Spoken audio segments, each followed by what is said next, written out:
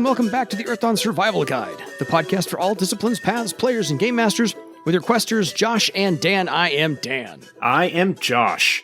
And on today's podcast, we will be discussing all things horrifical, penultimate edition, penultimate episode, maybe? I don't know. We'll get somewhere in there eventually, but we got 2 episodes left of the major baddies from the horrors book. So if you have any questions for us, please feel free to drop us a line at edsgpodcast@gmail.com, and we will answer those questions in a later podcast. So today we're going to talk about 2 of the big heavy hitters, Aazhvat Many-Eyes and the Tempter. Yeah. And they're fun. Yes, well, all of the horrors in this book have been fun. Depends if you're the guy playing the horror. Then yes, it's fun. If you're not the guy playing the horror, the person behind the screen, if you're the players, yeah, see what kind of fun you can possibly have. So Aazhvat Many-Eyes comes to us from something called the Eurydon Document. Am I saying that the way you say that? Yeah, close enough. Or the Eurydon? No, because it's... Eurydon. There's no I in there. Yeah, so I keep wanting to put one. In there. It's not there. And of course, it's Aazhvat Many-Eyes. I keep wanting to put an I in that word. So, because it needs to be there. Aazhvat is one of the more interesting horrors because he exists only on the astral plane. There is no physical manifestation per se. And like all horrors, Aazhvat feeds by inducing terror, dread, and despair. But the way Aazhvat goes about doing so is a little bit different than most. Initial thoughts? Pretty disturbing. Yeah, this is a real mind screw of a horror. Actually, there are kind of 2 bits of this. We'll talk about Aazhvat himself here shortly. Yeah. But one of the things that I like is the hints or expansion of the setting in a regard that the document itself represents. Mm-hmm. There's the little intro from one of the archivists at the Great Library, which reveals some of the history of this document and how it is somewhat controversial in some respects because it is actually written and kind of alternates at semi-random between 3 different written languages. Mm-hmm. While 2 of them are understood, one is Throlic, the other is a human dialect. Yeah. The third has never been identified or translated. The most popular theory is that those stretches are actually in the language or a language of the horrors themselves. Mm-hmm. And after some of the researchers that were working on the original document were discovered to be involved in some serial murders or something like that, the document was suppressed by the king. Yes. And the only reason that it is being included in here was on the understanding that the mysterious language sections were cut out and are not included. So even if you don't actually bring Aazhvat himself into a game, the idea that there is this document, this mysterious, corrupted, mysterious, I said that twice, didn't I? Book, it plays a little bit into the Lovecraftian ideas of books containing forbidden knowledge or knowledge that will drive people mad. Oh, yeah. Which is also something that Aazhvat itself does quite extensively. Yeah. It's kind of like the Earthdawn version of the Necronomicon. Sort of. The Eurydon Document is probably not a full book, but it still plays into those themes. Yeah. So it's nice. I liked it since this is the opening volley in the horrors book. Since we've not been doing it in the order of the book, we've been bouncing around. I find this, to your point, this is nice to kind of help set more of the scenery and the setting of Earthdawn around people's ideas of this is how influential the horrors can be. Just reading their language can corrupt you. Yeah, and this is actually the first entry in the book. This is the first essay about one of the horrors in there. I mean, it does a pretty good job of establishing the tone and the style that you are going to be encountering throughout the rest of this volume. We're kind of covering it late because of the organization that we decided to go with. Yeah. But after the basic introduction, this is the first one that we encounter, and it's a doozy in its way. It is. Aazhvat is not to be trifled with. So here's kind of the way Aazhvat works. he maintains a psychic manifestation once he's marked you through whatever means that is, because he never communicates directly with a victim. And once he's got the horror mark on you, how it feeds by inducing the terror, dread, and despair that all horrors do is it basically overlays onto mundane objects, just eyeballs, seemingly watching you, and usually on something circular. So it could be a mirror, a spoon, if you've got a circular spoon. It could be a shield, anything circular. So take a look around as you're listening to this now and look wherever you are and see how many circular things you can actually see. And then imagine if you were marked by Aazhvat, exactly how many eyeballs would be staring back at you and what kind of terror and dread and despair that would cause in you. That's how it works. Yeah. The way that it establishes the horror mark in the first place is that it has cursed items like shields or pot lids or things like that, relatively mundane, circular or oblong items. There are a limited number of them that it can have marked in this way, but simply by looking at one of these items acts as a conduit for the horror to be able to mark you. Even if Aazhvat itself is not nearby, beholding that cursed item is what opens that conduit. And then once it has marked you... You just get that all the time. Yeah, you just get that all the time. And the paranoia and madness that comes about from the constant feeling of being watched and glimpsing these inhuman eyes staring at you periodically from these various places, which other people do not notice or see, is definitely something that over the course of time will drive someone mad, to the point of even buttons or coins or anything that could potentially house the image of one of these eyes in it. I mean, the camera I'm looking into could be an eye. The microphone, the pop screen I'm talking through right now could be an eye. Anything circular. It's just, right. They are everywhere. And I think if there were ever to be an Earthdawn movie, I think Aazhvat would be a perfect horror to use because the special effects budget would be rather minimal. And this would throw in the creepy factor very, very well. Yeah.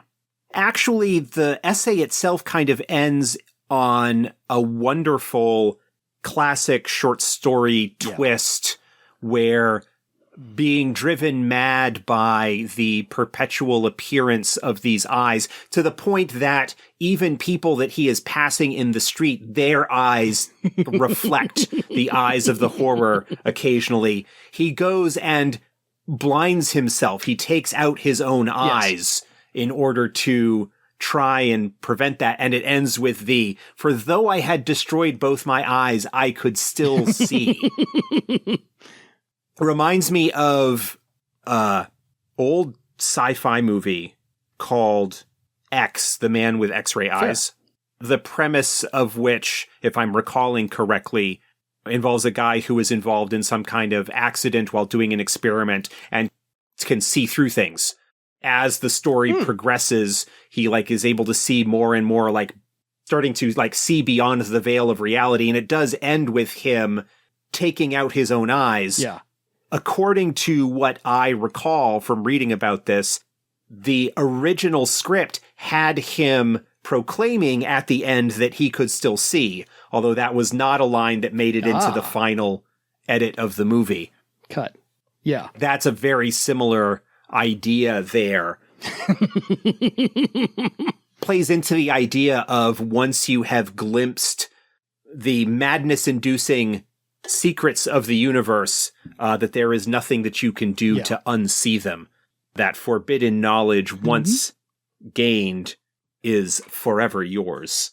No, I like the whole essay, every part of it, because, like I said, it's kind of a short story, and there's a secondary short story, and it has that twist ending, and it lays out the horror very well, because as we've said, there's some very overt horrors and some very subtle horrors, and this is kind of both again.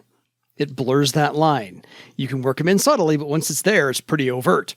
And to what you said earlier, I'll follow up on, Aazhvat only maintains about 13 cursed objects throughout all of Barsave.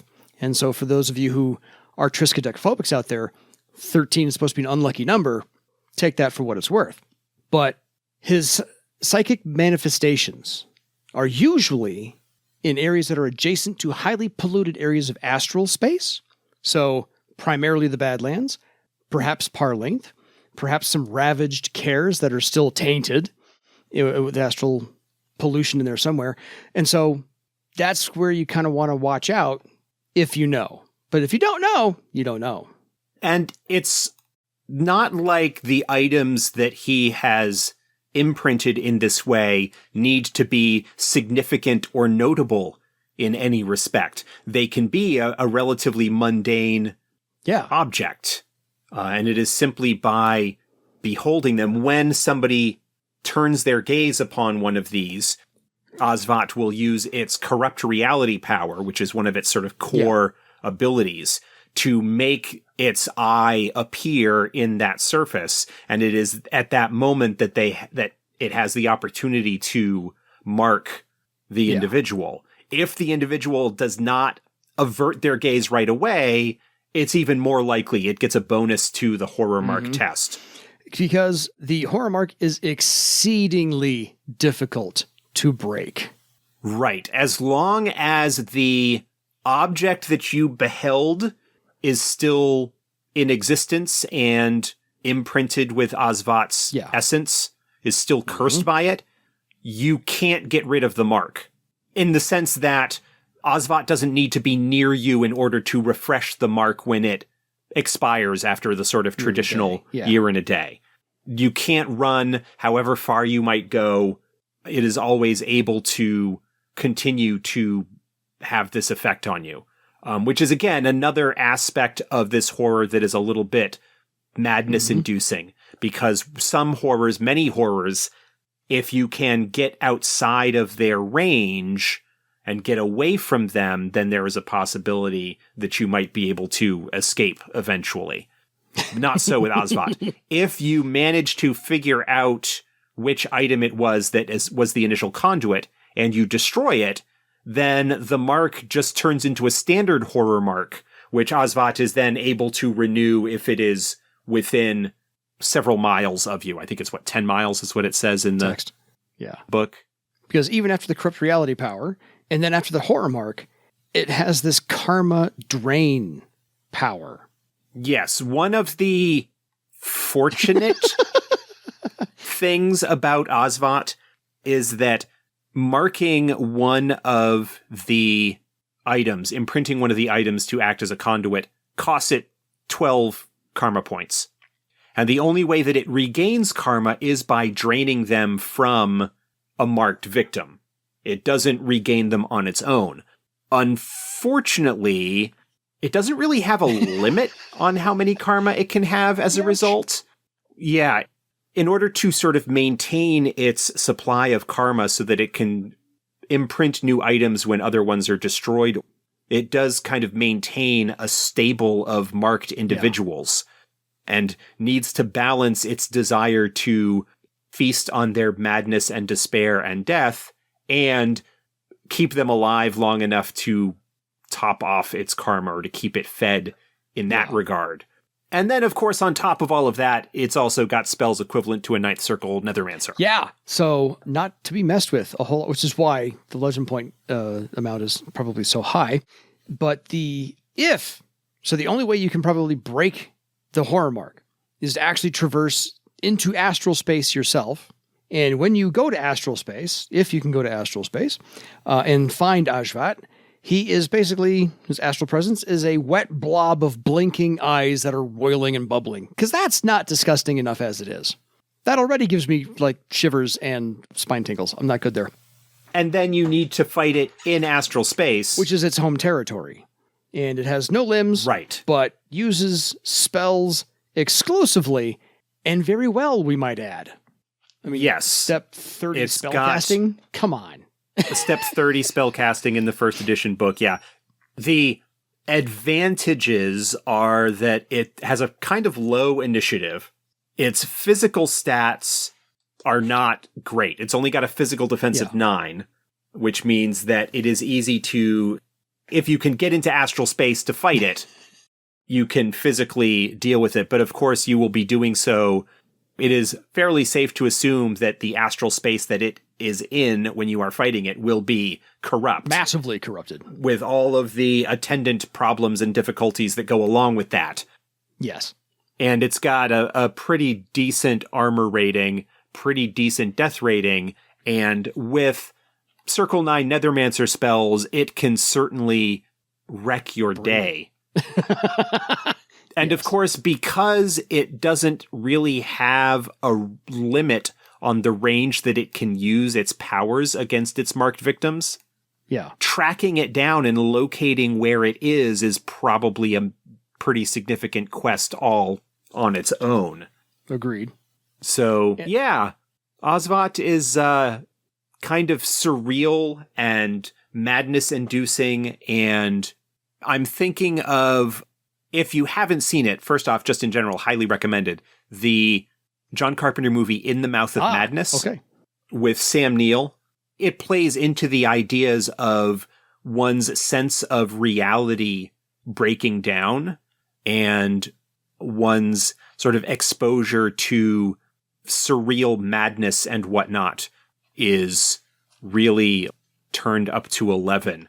There's kind of more going along with that, but some of the themes and the imagery and the stuff that happens with that in terms of the blurring between reality and one's experiences and one's perception of it. So the basic premise is Sam Neill plays this investigator who is investigating the disappearance of this popular horror novelist. Makes Stephen King look like whatever. Pee Wee Herman. Yeah, and goes to investigate, and things are like a little bit weird and whatnot, and then comes to discover that the most recent book that this writer has been working on, which is what he's been sent to find, because the publisher has hired him to go and find the writer and find the book, is breaking down the reality. By reading the book, you are shifting into the world that the book is describing and all of the weird, bizarre Lovecraftian stuff that's going on. But there's a moment where Sam Neill's character is trying to leave or something like that, and he's riding on a bus, and he falls asleep, and he dreams that he's talking to the writer. Like the writer is sitting there on the bus next to him, kind of talking about some of the weird philosophical reality bending stuff that plays in it. And then he kind of wraps up with, "Oh, by the way, did I ever tell you that my favorite color is blue?"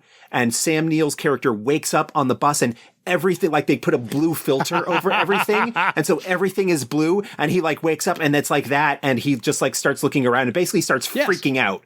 Like it's that kind of sensation where just the reality, what you understand to be real, is no longer the case. And it's got one of the most interesting endings, I think, as well. It's a phenomenal movie. I highly recommend it. Probably one of my favorite John Carpenter films, and probably not as well known, I think, as it deserves to be, because it's in some ways a lot more like mental and cerebral than like the visceral nastiness of The Thing or the slasher pioneering of Halloween.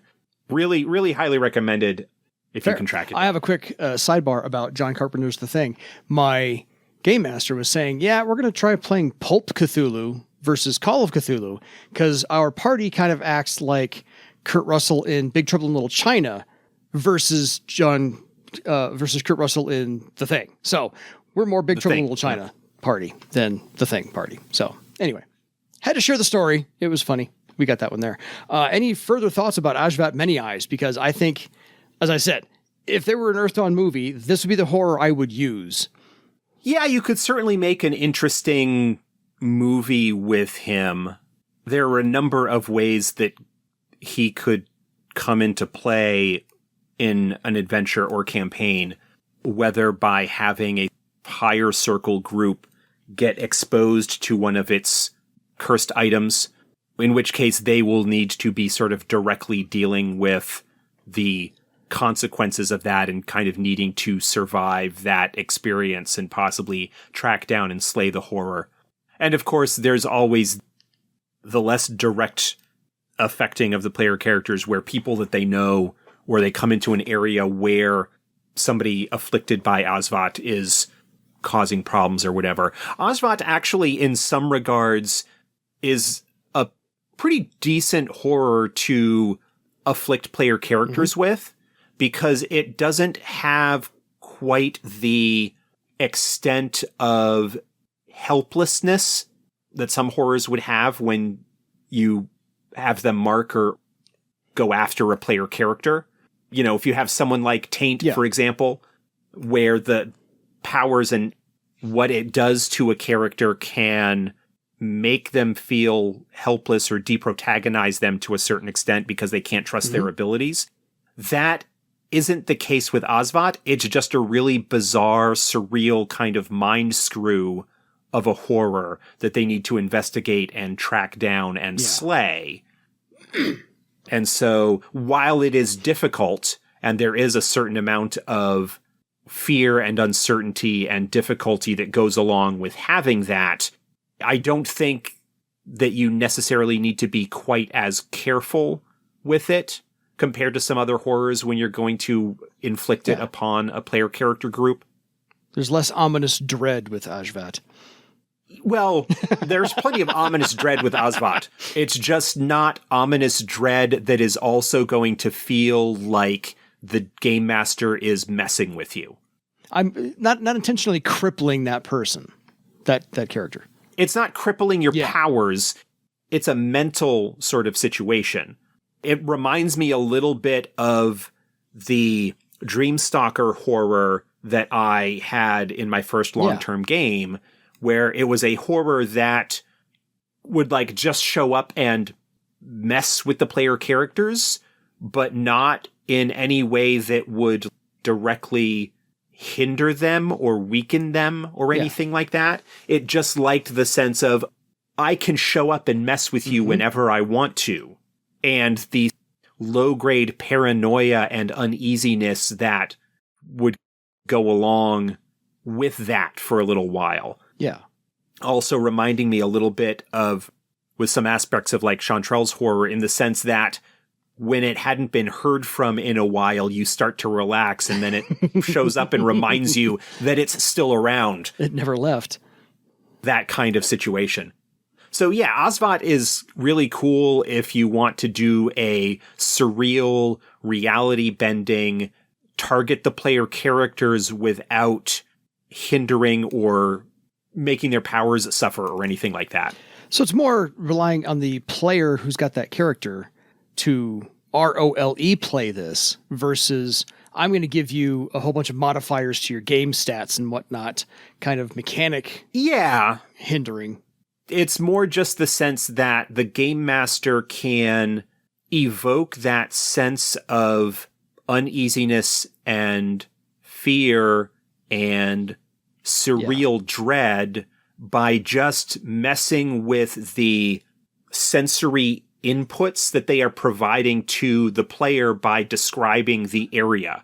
Yeah, there's not any mechanical penalties necessarily that come into play by the horror doing its thing. It's just simply the fact that I am describing the world being really strange, and how do you cope with that? And that can be long lasting. You can start this off in the first couple of early circles just to get the idea in there and have that player character at that kind of level of unease, and then build upon that. And finally, when they're high enough circle, that they can figure out a way to go confront Aazhvat in its home territory in corrupted astral space, you know, because you're at a disadvantage, maybe, to go take care of that and maybe, you know, resolve that problem. I think Aazhvat is a beautifully done horror, like all the rest of them, and certainly needs to be used slightly more often by everybody, including myself. Yeah. I actually want to check something real quick. Hold on. I was just checking whether the corrupt reality power showed up in the first edition Earthdawn book. In fourth edition, the default corrupt reality power actually does impose some Gotcha. penalties, but they're short term. The corrupt reality test, the target suffers a -1 penalty to mystic and social defense for each success. The penalties fade. It's relatively short term. The penalties fade at the rate of 1 per day. That's still enough.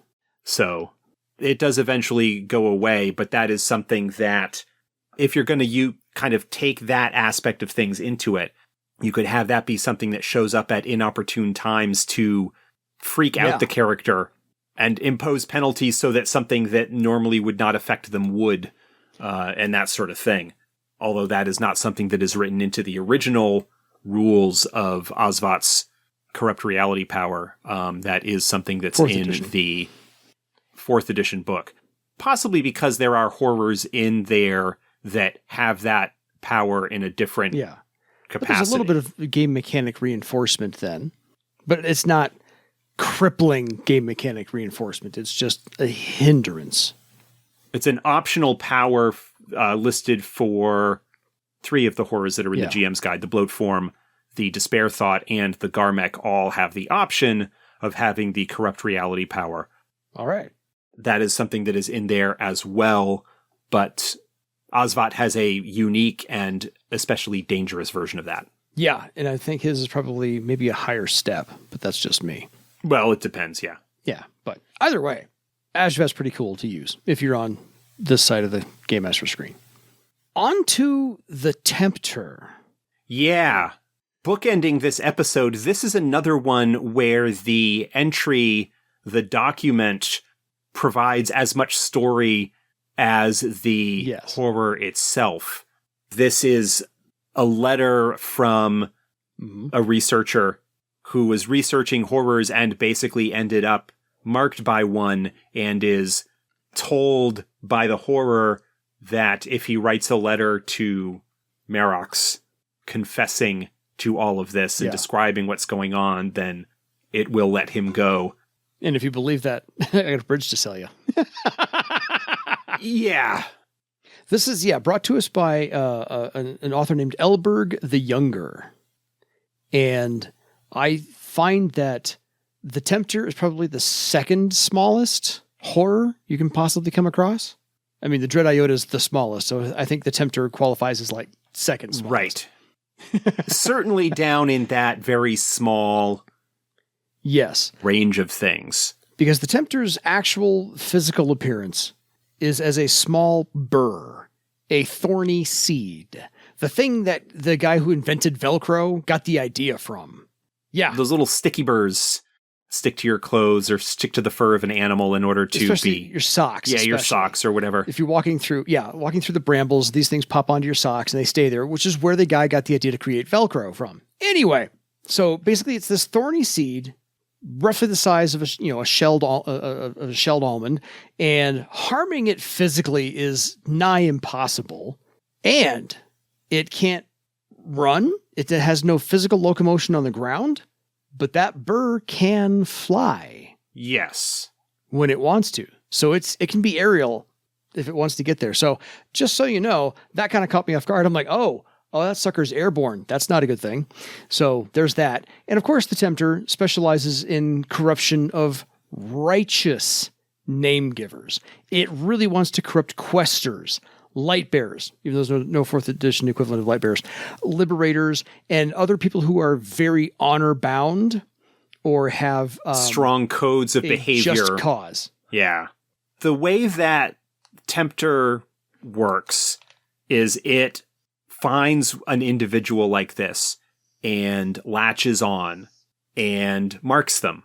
Once it's marked them, it has the ability to communicate with them and offers suggestions. To begin with, those suggestions or ideas don't go against the victim's code at all.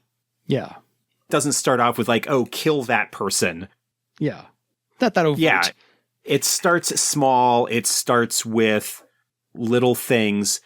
But what it does is that it offers assistance in the form of karma boost, which is a power that it has, and will often early on offer that aid in order to further the noble goals and ideals of the victim. That child threatens to be crushed by that falling building, well, I will give you the power and the strength to save them. Because I can see being the game master explaining for the first time exactly what kind of boost this is going to be. Oh, go ahead and roll your ability. And add 15 steps to that ability to get it done. If the victim refuses, the horror doesn't get abusive or nasty or anything like that. It kind of starts off like, okay, sorry, whatever. Next time. It's here if you need it. Yeah. Because it is exceedingly patient. I was going to say that in exactly that way. Yes. It will absolutely take its time, needle its way in, burrow in like the proverbial tick that it is, and just wait.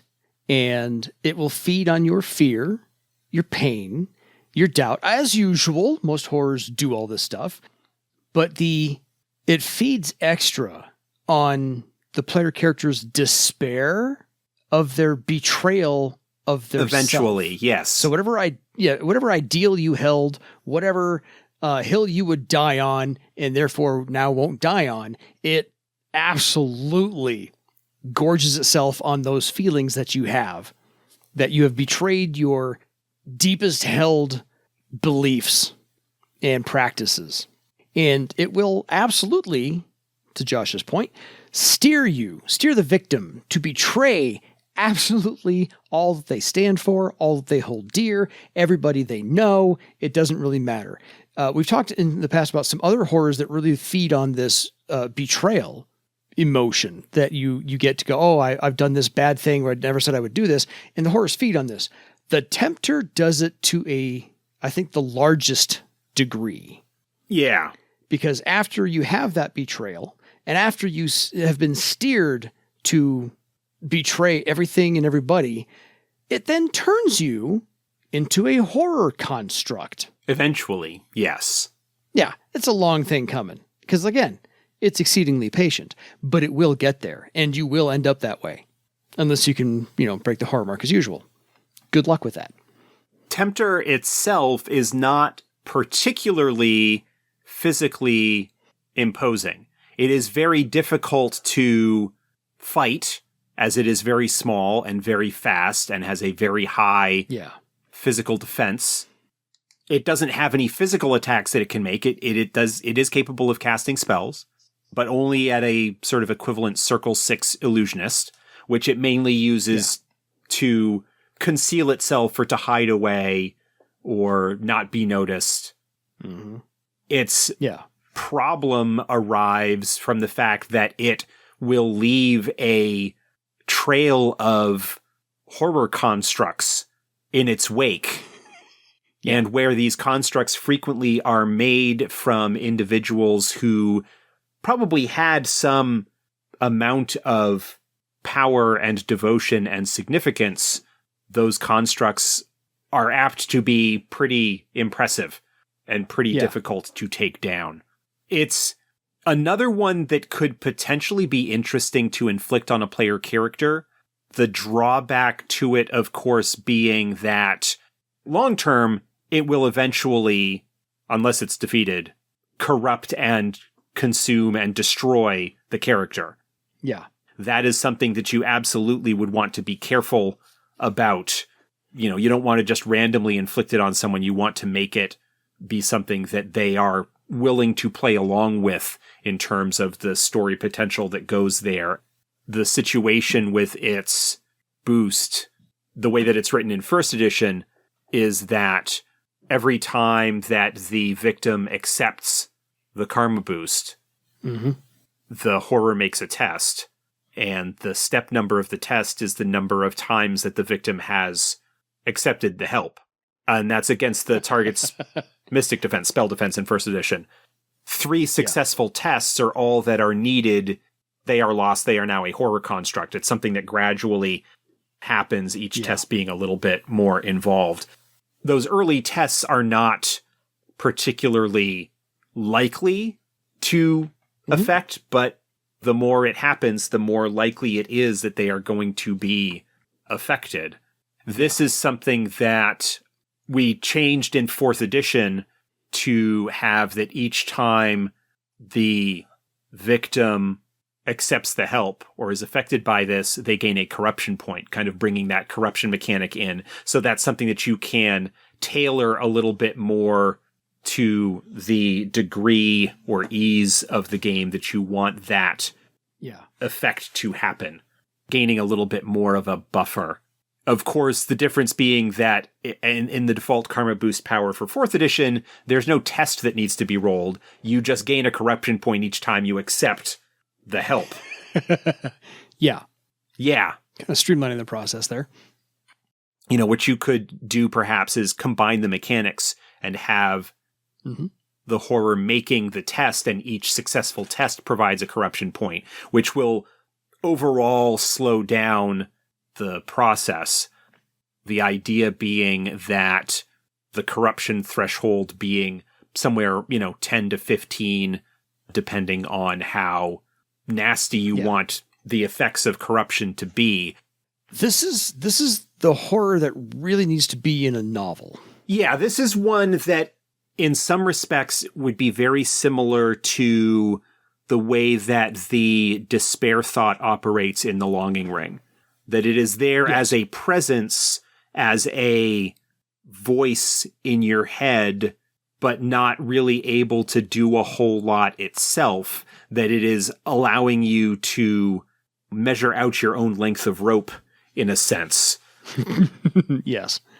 Because it is so difficult to find, then it can be very difficult to get rid of it. If you are able to locate it and drive it off, then you can escape its effects. Clutches, yeah. I would play it where its horror mark and its ability to affect its victim requires it to be in fairly close proximity, and have that sort of be the weakness that you could use to perhaps escape it, if you can locate it and drive it off.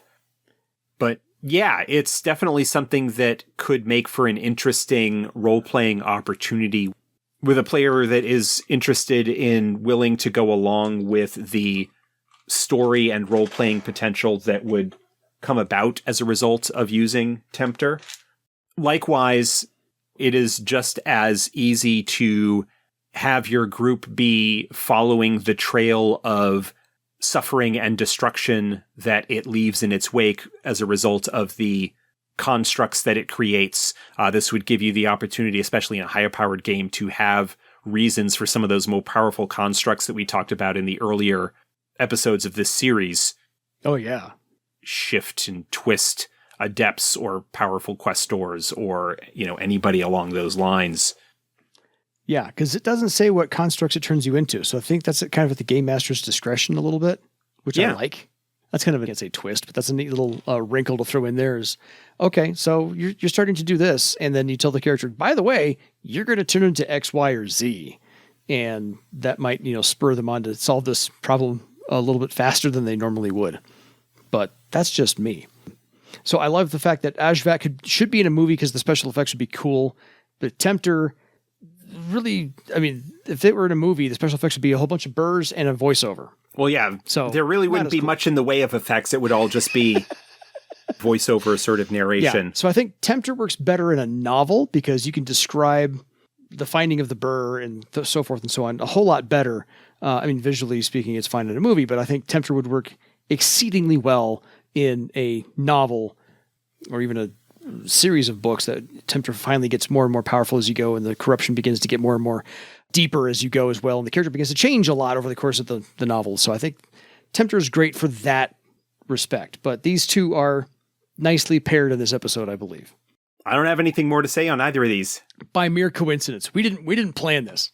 Didn't plan these two together. They just ended up that way. It's been nice to see how, with all of the pairings, finding some kind of either contrast or similarity between them, some kind of thematic hook that we can talk about. Yeah. And that's sort of the case with these, where both of these are introduced through documents. I mean, all of the entries in this book have, a certain amount of unease or horror factor to them. But these two are a lot more personal in some regards. Agreed. Both of them are not physically imposing horrors. They are a lot more mental and subtle and magical in their approaches compared to something like Ubir or Druistat or some of those others where you are really looking at going up against a physical beast. Yeah, these are more mentally anguishing. Yeah. These are the more subtle and insidious horrors that can be very difficult and frustrating for a group that prefers to go in swords singing to defeat the enemy. Yes, agreed. So if you have any questions for us about either one of these two, if you've used them, we'd love to hear how you use them or how they were defeated in your games. We'd love to hear all those. We love the stories. So please feel free to email us at edsgpodcast@gmail.com. And I'm going to posit something else. We all know the last horror we got to talk about. Yes. And that's a couple of episodes away from now. So let me offer this up here. We all know it's Vergigorm. Give us your stories about if you've used Vergigorm, if Vergigorm won the battle, or how Vergigorm was defeated if you had a party go up against him. I want to know these things. Yeah. And we'll repeat this because we're actually going to be recording that episode the day that this episode drops. So people will not have had time to get those to us beforehand, but we'll mention it now. Send those stories in so that we can share them. Absolutely. We will do so. Anyway, until next time, folks, beware circular things and beware the little voice in your head telling you to do things that you really shouldn't be doing. For your legend. Good night, everybody.